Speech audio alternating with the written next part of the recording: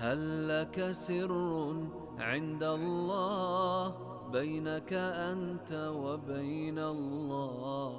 هل لك صدقات تخفى لا يعلمها إلا الله؟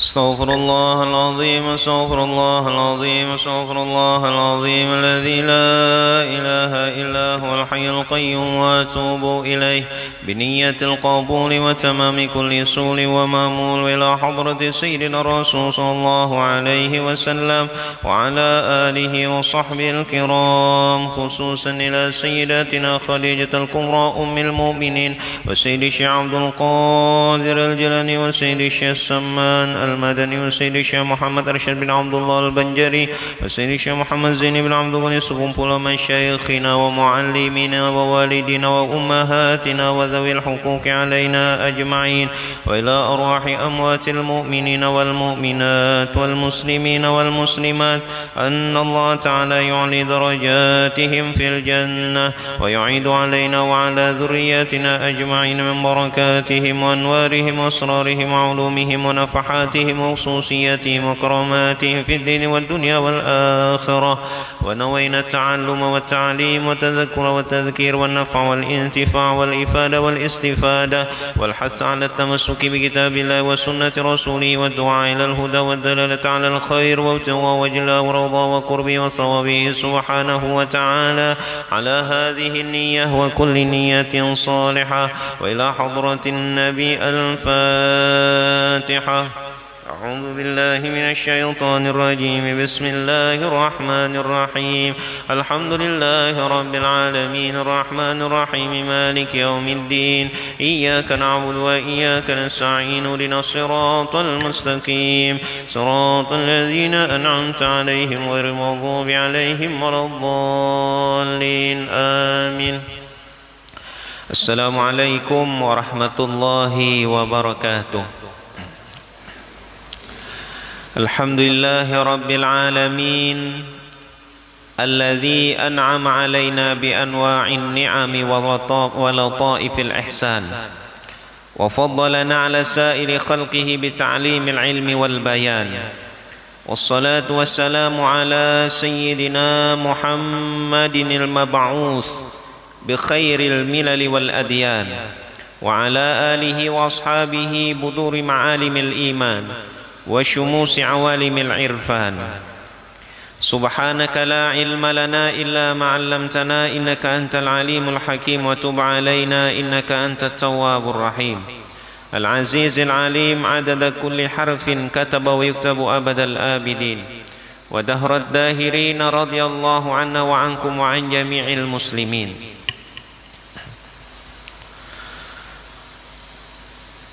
وسئل qila li Muhammad ibn al-Hasan, ada seseorang yang bertanya kepada Syekh Muhammad bin Hasan rahimahullahu ta'ala, ala tusannifu kitaban fi zuhdi, kenapa sampean kada mengarang kitab tentang permasalahan zuhud. Jadi beliau ini salah seorang ulama fiqih. Lalu ada yang bertanya, kenapa pian kada mengarang kitab permasalahan tentang zuhud. Qala sannabtu kitaban fil buyu, yakni az-zahidu man yataharrazu 'ani syubuhati wal makruhati fit tijarah. Kata beliau apa? Aku sudah mengarang kitab tentang jual beli. Maksudnya kata beliau, orang yang zuhud itu adalah orang yang menjaga dirinya daripada segala macam bentuk syubhat dan yang makruh di dalam perdagangannya. Ini sambungan daripada hadis Rasulullah kemarin yang menuntut ilmu itu wajib atas tiap mukmin laki-laki dan perempuan. Lalu beliau ditanya orang, kenapa pian tidak mengarang masalah lain selain daripada fikih? Kata beliau, sebenarnya dalam fikih itu mempunyai kandungan. Baik itu bagi orang yang ingin zuhud tentang dunia. Kalau memang ingin zuhud, maka hendaknya dipelajari. kalau memang dia adalah seorang yang berhubungan dengan jual beli atau beta tukar, hendaknya dipelajari cara dan rukunnya supaya tidak jatuh kepada keharaman. Kemudian disebutkan di dalam kitab Ta'limul Muta'allim, "Tsumma la budda minan niyati fi zamani ta'allumil ilmi." Kemudian merupakan suatu kewajiban, diletakkanlah suatu niat ketika kita hadir di majelis ilmu. Jadi sebelum kita duduk di sini hendaknya kita berniat, atau sekurang-kurangnya ketika kita duduk di dalam majelis ilmu, supaya pahalanya lebih maksimal, supaya mendapatkan pahala yang banyak dari Allah Subhanahu wa taala. Kenapa? Karena niat itu adalah asal pada seluruh amalan. Semua amalan itu asalnya daripada niat. Liqaulihi alaihi salatu wassalam, karena hadis Nabi, innamal a'malu binniyat. Hanya saja segala bentuk perbuatan itu, amal itu tergantung dengan niatnya. Amal yang baik lebih-lebih lagi harus disertakan dengan niat yang baik. Wa an Rasulillah sallallahu alaihi wasallam, dan daripada Nabi pula menjelaskan, kam min amalin yatasawwaru bi surati a'malid dunya wa yasiru bi husnin niyati min a'malil akhirat. Berapa banyak, kata Rasulullah, amal itu adalah amalan dunia. Berapa banyak pekerjaan itu adalah bentuk zahirnya adalah pekerjaan dunia. Akan tetapi, kata Nabi, dengan baiknya niat seseorang itu, maka jadilah ia termasuk pekerjaan-pekerjaan akhirat. Artinya dapat pahala. Kelihatan dari bentuk zahirnya, dari nampak luarnya pekerjaan ini pekerjaan dunia. Tapi karena niat yang baik di dalam pekerjaan dunia itu adalah mendapatkan pahala yang banyak di hadapan Allah Subhanahu wa taala. Ambil contoh pekerjaan yang mubah. Sama-sama makan, antara yang berniat lawan yang kada lain pahalanya. Yang satu berniat untuk menambah kekuatan di dalam beribadah kepada Allah Subhanahu wa taala. Yang satu hanya untuk menyambung hidup, hanya untuk supaya parut ampih lapar. Jadi beda. Meskipun hanya bentuknya pekerjaan dunia, tapi apabila niat yang baik itu, maka jadilah ia termasuk daripada pekerjaan akhirat, seperti minum, makan dan lain sebagainya, termasuk bekerja juga. Nah, sahaja aku bagawi supaya aku kada minta-minta lawan manusia, supaya aku mampu mengangkat derajat seorang mukmin. Yang mukmin itu dikatakan mukmin yang kuat lebih baik daripada mukmin yang lemah, supaya kada minta-minta. Kemudian apalagi niatnya supaya tidak direndahkan, mukmin tidak dipandang sebelah mata oleh orang lain. Jadi niatnya ada, meskipun bentuk pekerjaannya duduk kita di dalam gawian, kita bekerja, kita di atas kendaraan, tapi semua itu mendapat pahala dan ganjaran yang banyak dari Allah Subhanahu wa taala. Kenapa? Karena niat tadi. Kemudian kata Nabi sallallahu alaihi wasallam, berapa banyak min amalin yatasawwaru bi surati a'malil akhirah thumma yasiru min a'malid dunya bisu'in niyah. Dan berapa banyak pula pekerjaan itu nampak zahirnya adalah pekerjaan akhirat, akan tetapi ternyata keuntungan dunia aja yang didapat, pahala akhiratnya tidak ada. Kenapa? Karena buruknya niat seseorang tadi. Misal niat sembahyang, kenapa? Karena hendak minta dinilai lawan orang, karena lagi memerlukan perhatian daripada masyarakat. Nah, ada keuntungan yang dicari. Nah, supaya jadi orang, oh itu orang saleh. Kalau seandainya kita mencari RT di sini, inya aja nang diangkat. Nah, itu lalu rajin ke masjid. Nah, ini kan amalannya bentuknya amalan akhirat, cuma ternyata pahala akhiratnya tidak ada. Kenapa? Karena niatnya bukan niat ikhlas mengharap keridhaan Allah, tapi untuk dunianya dapat juga kalau memang dapat. Nah, itu Allah Ta'ala tidak menerima amalan semacam itu. Lebih khusus lagi kata beliau, Ketika kita duduk di majelis ilmu, hendaknya kita berniat. Salah satu niatnya adalah menuntut ridha Allah Subhanahu wa taala, bi talabil ilmi ridallahi taala wad daral akhirah, dan mengharap kebaikan di negeri akhirat. Wa izalatal jahli an nafsihi, dan menghilangkan kejahilan dari diri kita. Jadi ulun yang duduk di sini berniat untuk menghilangkan jahil pada diri ulun, begitu juga kita semua yang ada di sini. Jadi itu niat kita, mengharap keridhaan Allah Subhanahu wa taala dan kebaikan pada negeri akhirat, supaya kita hadir di majelis ilmu tidak kosong, tidak menjadikan pekerjaan akhirat kita, bentuk akhirat berubah menjadi pekerjaan dunia. Wa ihya ad-din, dan niatnya lagi kata beliau menghidupkan agama. Jadi kelihatan agama itu hidup, orang Islam itu hidup ketika majlis ta'lim rame, ketika musala dipenuhi oleh orang yang sholat berjamaah, masjid dimakmurkan. Itu tandanya Islam di suatu daerah itu, di suatu kampung itu hidup. Jadi kita hadir ke majelis ilmu menunaikan sholat berjamaah, hadir ke majelis ilmu untuk menghidupkan agama Allah Subhanahu wa taala, bukan menghancurkannya. Jadi niat duduk di majelis ilmu menghidupkan agama Allah. Wa ibqa al-Islam, dan supaya agama Islam terus menerus hidup sampai generasi-generasi sesudah kita. Baisi kita anak kada bisa mengajari wudhu. Nah ini kan namanya tidak mengekalkan Islam. Punya kita keturunan, punya istri, punya keturunan, kada bisa mengajarkan sembahyang. Nah ini namanya Islam tinggal kenangan aja lagi. Kenapa? Karena kita selaku umat muslim tidak bisa memindahkan agama tadi dari kita ke keturunan-keturunan kita. Oleh sebabnya salah satu niat kita duduk di sini adalah untuk mengekalkan agama Islam, memindahkan pendidikan Islam ini dari kita sampai pada keturunan selanjutnya. Di dalam kitab Takriratus Sadidah masih kita membahas tentang sujud sahwi.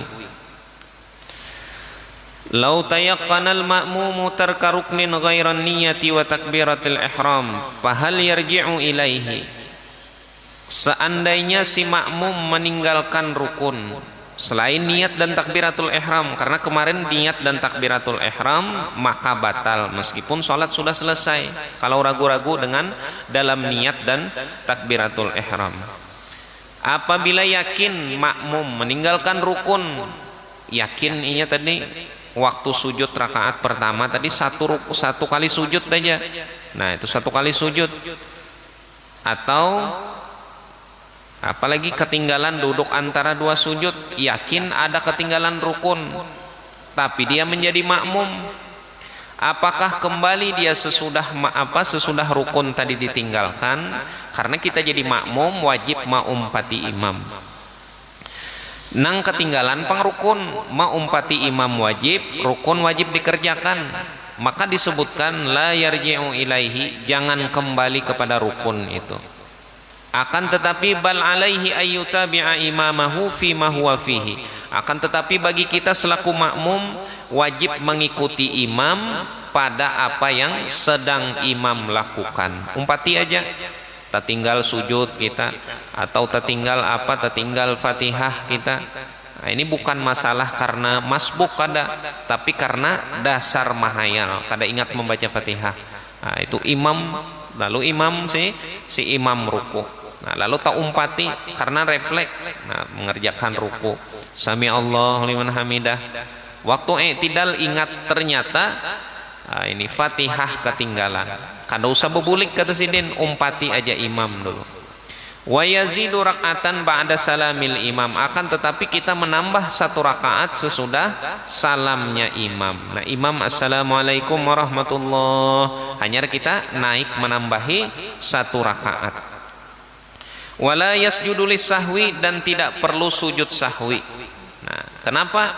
Li'anna sahwahu fi halil qudwati hadza idza tayaqqana, karena ketinggalannya tadi yakin. Nah, yakin ketinggalan Fatihah, Beda kalau dia ragu-ragu. Kalau ragu-ragu, tak baca kada Fatihah tadi, tak baca kada. Nah itu. Bila ragu-ragu ketinggalan rukun atau ragu-ragu ketinggalan apa ini ngarannya ruku atau rukun yang lainnya, maka didatangkan juga sama satu rakaat, akan tetapi ditambahi sujud sahwi. Kalau sudah yakin kada ditambahi sujud sahwi. Kalau yakin kada ditambahi sujud sahwi bila jadi makmum. Tapi bila kita kada yakin, ragu-ragu, kenapa bedanya yakin lawan ragu-ragu? Bila ragu-ragu ada sujud sahwi, karena kalau kita ragu-ragu ada kemungkinan bertambah. Nah, ada kemungkinan tadi sudah dibaca, berarti 5 kali kita membaca Fatihah seandainya ini dalam sembahyang zuhur atau dalam sembahyang isya, berarti ada kemungkinan rakaat yang kita tambah tadi adalah rakaat tambahan. Maka ketika ada keraguan-raguan seperti itu, ada kemungkinan rakaat yang kita tambah tadi menjadi rakaat keempat. Nah itu maka jadi rakaat kelima. Oleh sebabnya maka disunahkan sujud sahwi tetap.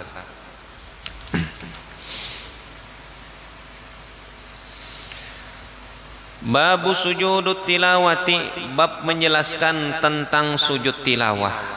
Nah, tentang sujud tilawah. Jadi sujud tilawah ini disunahkan. Apa itu sujud tilawah?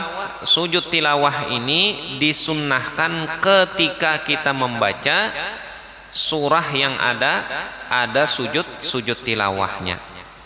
Nah, jadi sunnah. Salah satunya adalah yang biasa kita disunahkan dalam sholat 5 waktu itu ketika subuh Jumat itu. Kharru sujada wa sabbahu bihamdi rabbihim wa hum la yastakbirun. Nah itu di situ sujud tilawah namanya. Tusannu sajdatut tilawah, disunnahkan kita mengerjakan sujud tilawah. Lil qari'i, bagi yang membaca. Nah ini seandainya di luar sembahyang. Sedangkan di luar sholat ada satu orang membaca Al-Quran, kebetulan karena sujud tilawah, maka bagi yang membaca sunnah sujud tilawah. Atau as-sami', atau yang mendengar, wal mustami'i, dan orang yang memperhatikan. Jadi sami ini orang yang mendengar tanpa tujuan, artinya kada bertujuan hendak mendengar, timbul terdengar aja. Kharru sujada wa sabbahu bihamdi rabbihim wa hum la yastakbirun. Nah itu apalagi yang memang istilah mendengar. Jadi bukan cuma orang yang mendengarnya yang sunnah sujud tilawah, akan tetapi yang membacanya bukan sekedar yang membacanya, tapi yang mendengarkan pun disunnahkan sujud tilawah. Wa yata'akkadu sujudu lil mustami' idza sajadal qari, dan lebih disunahkan lagi sujud bagi kita yang mendengar apabila yang membaca sujud. Jadi yang membaca sujud, maka bagi kita yang mendengarkan lebih disunahkan lagi sujud. Nah itu. Jadi tadi asalnya sunnah, tapi bila nang membaca sujud, maka kita nang mendengar lebih sunnah lagi sujud. Kenapa ini adanya sujud tilawah ini? Karena hadis Muslim, hadis yang diriwayatkan Imam Muslim, annahu sallallahu alaihi wasallam qala, bahwasanya Nabi sallallahu alaihi wasallam bersabda, idza qara'a ibnu adama as-sajdata fasajada i'tazala asyaitanu yabki wa yaqulu ya wailati ama umira ibnu adama bisujud fasajada falahul jannah wa umirtu bisujud fa asaitu faliyannar. Nah ini hadis riwayat Imam Muslim, adanya sujud tilawah ini.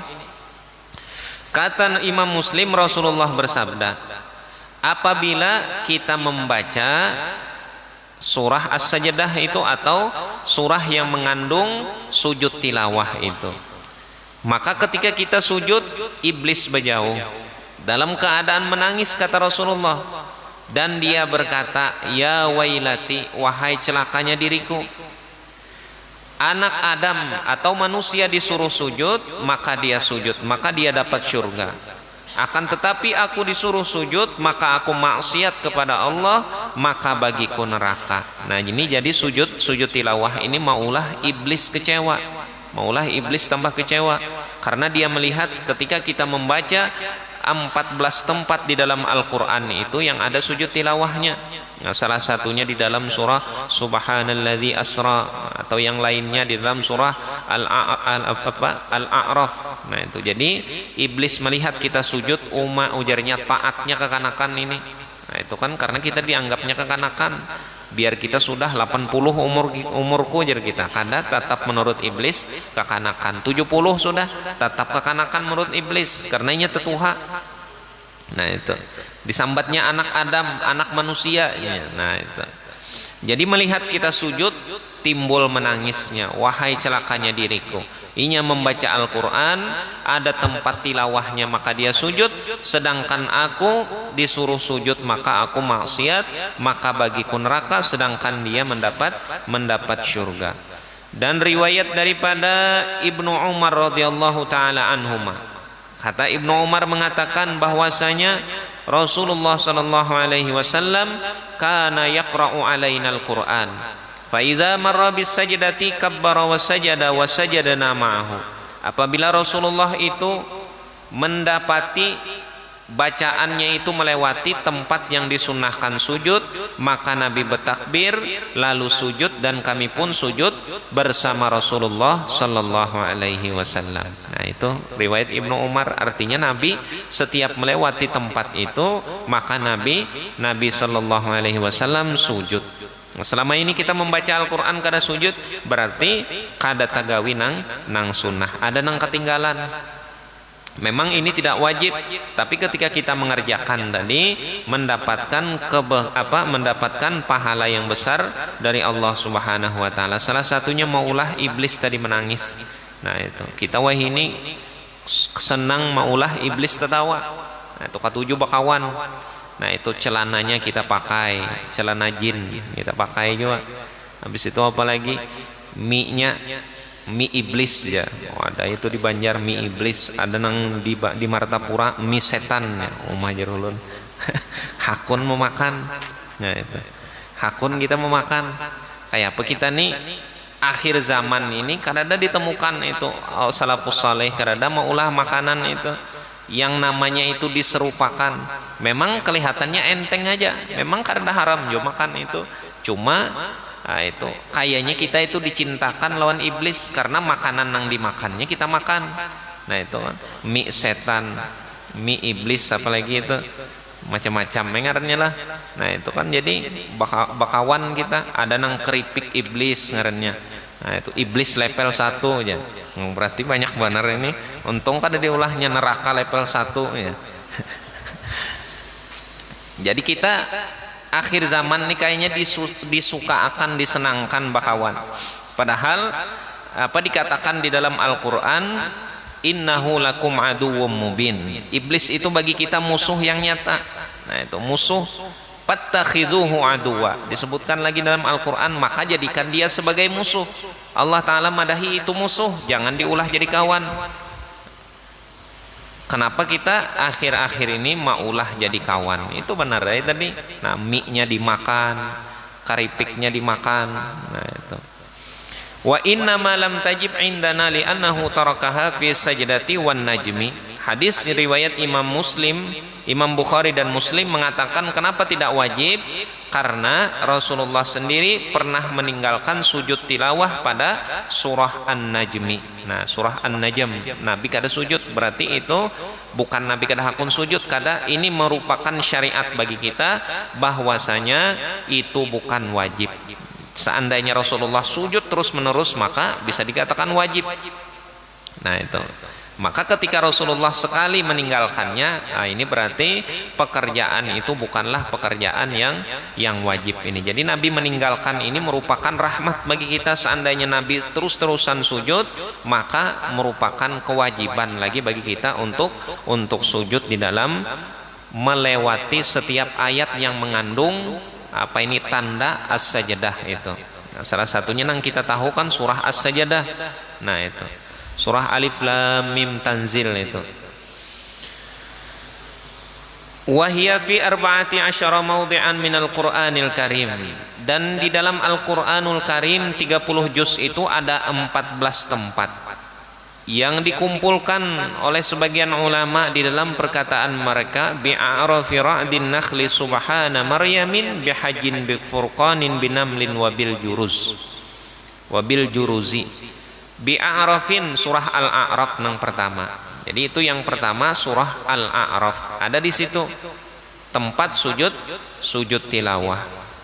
Kemudian lagi di dalam surah Ar-Ra'd, nya betanda aja di dalam Al-Qur'an itu. Betanda, ganal tandanya, kadang alih kita mencari di mana tempat sujud tilawahnya masing-masing di dalam Al-Qur'an betanda. Di dalam surah Ar-Ra'd, kemudian di dalam surah An-Nahl. Dalam surah An-Nahl ada juga salah satu tempat sujud tilawah. Dan subhana maksudnya subhanalladzi asra bi 'abdihi surah Al-Isra, wa maryamin, dan di dalam surah Maryam. Nah, ini yang kita bahas ini dulu ketika kita duduk, ketika di luar salat. Nanti ada hukumnya di dalam salat. Nah, itu ada hukum tertentu nanti di dalam salat, kayak ulun ba isya, inilah ba istilah baniat hendak sujud tilawah apakah boleh. Nah, itu ulun memilih daripada surah Al-Isra, ulun unting pintangan ayat nang supaya sujud. Bolehkah seperti itu? Nah, nanti ada pembahasannya. Bila ulun ba unting pintangan nang supaya sujud itu, maka disebutkan haram. Nah, kada boleh. Disebutkan dalam sini bahwasanya haram ketika di dalam salat bertujuan maunting ayat itu supaya ada sujudnya, kecuali pada satu tempat. Nah, ini kecuali pada satu tempat, yaitu pada subuh Jumat. Nah, subuh Jumat aja yang boleh. Bila imam berniat membaca hendak sembahyang, dipindah itu apa ini ngarannya, tulisan itu dipindah atau diandak Al-Qur'an di muka untuk dibaca. Tujuan kenapa? Untuk supaya sujud tilawah, maka boleh. Akan tetapi di luar itu maka haram. Kayak isya, inilah bertujuan ulun membaca salah satu surah tadi, misalnya surah Al-A'raf atau surah Maryam atau surah yang lainnya lagi surah Al-Hajj. Nah, itu bertujuan supaya ada sujud tilawahnya, maka diharamkan. Nah, itu diharamkan itu karena bisa. Ini yang disunahkan sujud di luar sholat. Tetapi kalau memang sholatnya ini membaca 30 juz tanpa ada tujuan, memang terlewati di sana, maka tetap sunnah sujud tilawah. Nah, itu tetap sunnah sujud tilawah. Jadi ini yang pertama dibahas ini di luar sholat dulu. Jadi ketika kita melewati, kalau di luar salat kada apa-apa istilah membaca surah Maryam supaya ada sujudnya, kada apa-apa. Tapi bila di dalam salat istilah supaya ada sujudnya, maka batal. Nah, itu insyaallah nanti ada pembahasannya di dalam tempatnya nanti. Nah, ini. Jadi surah Al-A'raf, surah Ar-Ra'd, surah An-Nahl, subhanalladzi, surah Al-Isra, kemudian surah Maryam. Kemudian lagi surah Al-Hajj dan surah Al-Furqan. Kemudian surah An-Naml dan Al-Jurus. Al-Jurus ini ya as-sayyidah Al-Juruzi fanukhriju bihi zar'an ta'kulu minhu an'amuhum wa anfusuhum afala yubsirun. Nah, itu. Dan kemudian surah Hamim. Hamim di sini maksudnya surah Fussilat. Kemudian surah An-Najm, surah idzas samaa'un syaqqat. Kemudian yang terakhir surah Iqra bismi rabbikal ladzi khalaq. Nah, itu adalah 14 tempat di dalam Al-Qur'an yang disunnahkan sujud tilawah. Jadi ketika kita membaca Al-Qur'an dalam keadaan di luar salat, disunnahkan pada tempat-tempat itu melakukan sujud. Caranya insyaallah akan dibahas pada pertemuan selanjutnya. Harus dalam keadaan suci, kemudian berniat, kemudian ada takbiratul ihramnya, ada sujud, ada tumakninah, kemudian ada salam dan tertib. Jadi kada bisa, nah, itu kada bisa spontan langsung sujud. Jadi wajib mengikuti rukun-rukun yang ada di dalam sujud tilawah. Berbeda kalau sholat. Kalau di dalam sholat kada ada syaratnya, karena kita sudah lengkap sudah. Nah, itu sudah dalam keadaan sembahyang. Syurutu sunniyati sujudi tilawati sittatun. Syarat-syarat disunnahkannya sujud tilawah ada 6. Wallahu a'lam bissawab. Al-Fatihah. A'udzu billahi minasyaitonir rajim. Bismillahirrahmanirrahim. Alhamdulillahi rabbil alamin arrahmanir rahim maliki yaumiddin. Iyyaka na'budu wa iyyaka nasta'in ihdinas siratal mustaqim siratal ladzina an'amta 'alaihim ghairil maghdubi 'alaihim waladdallin. Amin. Amin ya rabbal alamin. Bismillahirrahmanirrahim. Alhamdulillahi rabbil alamin. Wassalatu wassalamu ala asyrafil anbiya'i wal mursalin sayyidina wa maulana Muhammadin wa ala alihi wa sahbihi ajma'in. اللهم انفعنا بما علمتنا وعلمنا ما ينفعنا وزدنا علما وصلى الله على سيدنا محمد وعلى آله وصحبه وسلم والحمد لله رب العالمين. سبحانك اللهم وبحمدك أشهد أن لا إله إلا أنت أستغفرك وأتوب إليك. السلام عليكم. هل لك سر عند الله بينك